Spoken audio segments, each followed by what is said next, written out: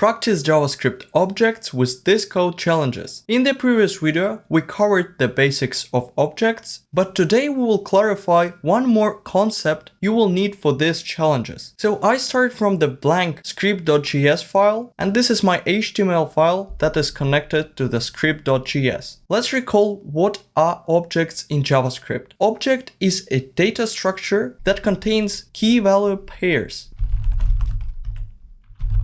When we declare objects, these are not variables, these are properties. So this is actually a pair of string banana to a number 1. You also can declare the string with quotes as a general string, but in JavaScript we can omit these quotes when we declare a property. I have two objects, fruit1 with the explicit string banana and fruit2 with the string banana without quotes. And if I log both these objects to the console, we see that they are absolutely identical. So I can expand them. You see the key banana and the value 1, and the same you see in the second object. And one more thing that you need to know, that there are two main methods how you can access the value of an object. The first method you know, after the name of the object, you put a dot, and now you see the list of all properties that this object has. So we can choose, for example, banana by pressing enter. And now if I save this file, you see the value of fruit1 banana, which is equal to 1. This method suits very well if we know the exact name that we want to access. But what if the name is stored in a variable and we want to access values dynamically from the variables? So I also can access the same value by putting curly braces, and here I can pass the name of our key. Here I must use quotes if I want to pass a string, and as you see we have 1 in the console, or I can pass a variable. And as you see, it also works. So if I hover over key, you see that this is a constant that has the value of banana. But in this case, if the variable doesn't exist, we have an error that the variable key is not defined. So it can be tricky that sometimes we use quotes and sometimes we omit them, but with experience it will be easier. So just remember that if you use key value pairs inside of the object, you can omit quotes for the key strings. So you can't omit it if you use it in the value. If you want to have the value with the type of string, you must put quotes because this refers to a variable. And as you see, we again have the same error that variable myBanana is not defined. So you must put quotes if you use strings as a value of your object. For this challenge, I made a file where you need to complete all methods. So as you see, you have different methods that don't have any body and you need to implement them. And then you have different logs where I call all these methods, and you also see comments with the right results. So let's go to our index.html file. Here I change our script to mol.js. And now you can see the initial result in the console. To get this file, you can go to the description of this video, and there you will see the first link on the GitHub. I will also add this code to the comments of this video, so you can just copy and paste it from the comments of this video. So in this challenge, you have the initial inventory with different elements and with the initial values of 0. In the code, you see that you have an object inventory with the initial properties of water, fire, air, and earth. And the first method that you need to implement is addElements. This method has one property list that can contain different elements. This can be valid elements that you have in the inventory and absolutely random elements that you must ignore. And then for each element in the list, you need to increase the corresponding value in the inventory object. So as you see, we have 1 water essence in our list. So I increase water by 1. We have 2 air essences in the list. So I increase the air value by 2. As you see, we have many logs in our console. So let's comment out all the logs that currently we don't need. The first log is part1 build inventory, so this is just a title. Then we call the function addElements, and then we log to the console the result. So this is all what we need, and currently we can comment out all the remaining code. And now you see in the console that inventory after addElements, and then we have our initial objects with the value of 0. Try writing addElements method your own, but now let's do it together. So we have a list of elements and we need to iterate through each element to increase the count in our inventory. So let's start from the for loop.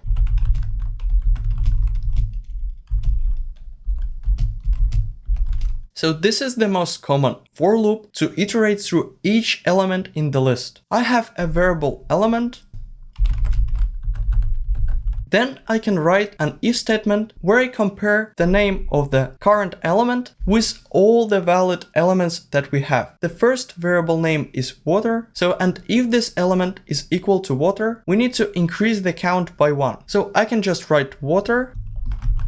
And if I press enter, that VS Code automatically adds this keyword before the water, and it means that we are referring to the property that is declared inside of this object. And now we can increase it by 1 by writing plus equal 1 or just plus plus. Then let's do the same with all other elements.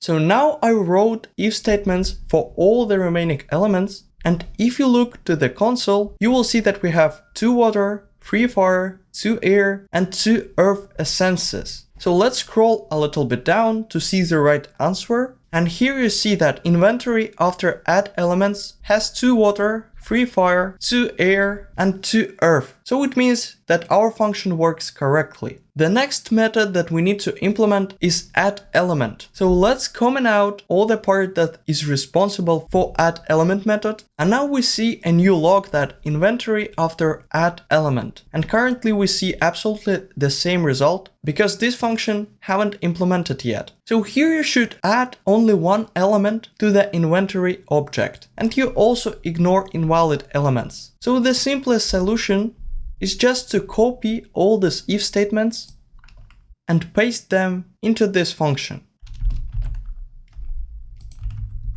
And now if you look to the console, you will see that we added some elements. So it works, but do you see how many repetitions we have? So we have 4 if statements which are the same. Only one thing that we change are the names that we check. Now let's try writing it in a correct way when you do it in one if statement. So think how you can access the object by a variable that is sent, and as always, try implementing it your own. So I delete all these if statements. Do you understand what means line this element? So in the beginning of this video, I showed you that you can access values of the object using the variable. And here we do the same thing. So this refers to the inventory object that has 4 different properties and 3 different methods. So then we pass the parameter element, and we know that this is a string. So this is the same as passing string into inventory. In this case, you get the count, the number of elements that you have in this object. So we just change the inventory to the keyword this. And then instead of passing a literal string, we pass the variable. So, and this variable gives us a number. And now we can increase it by 1. So if I save this file, you will see that now inventory after addElement also added some elements. So this one line replaces all these if statements. But we still have one bug that is difficult to notice. Element is a random string. So for example, this is a string with a name that we don't have in our inventory. What this line does if we pass a random string? So instead of the element, we pass papaya string. And if you look to our inventory, you see that we don't have this pair. When you don't have this name, JavaScript automatically creates a new pair with the default value of undefined. So when we access this with the string papaya, we get undefined. And then we try to increment the undefined. When we try to do any mathematical operations on an incorrect data type, we have the result none, which stands for not a number. And now let's look to the console and let's expand this object. And now you see that we have a new pair papaya with the value of not a number. So to fix this bug, we need to handle the case when we have a random string that gives the value of undefined.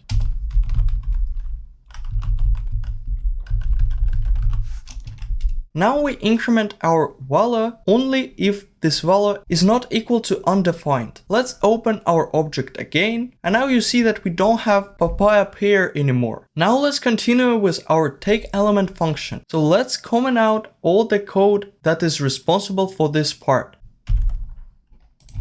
And now in the console we see a new log that inventory after takeElement, and you see the same inventory as you had before. As always, try implementing this method your own, but now let's implement it together. So the method takeElement is very similar to addElement, but instead of increasing the count, we decrease the count. And we also need to handle one case when the count is equal to 0. So in this case, we should write the message that you don't have this resource. Look how I call this function. I call inventory takeElement fire, it decreases the count, then I pass banana, and in this case this is invalid input, we do nothing. Then I pass air, and on the third time we hit 0, so it means that we need to write that you don't have this resource. Once again, if we have undefined, like we pass banana and we don't have this in our inventory, we just do nothing. But if we pass air and we have it in our inventory, just the value of air is equal to 0, we show the message you don't have this resource. So I start from the same if statement to check if this value exists in our object.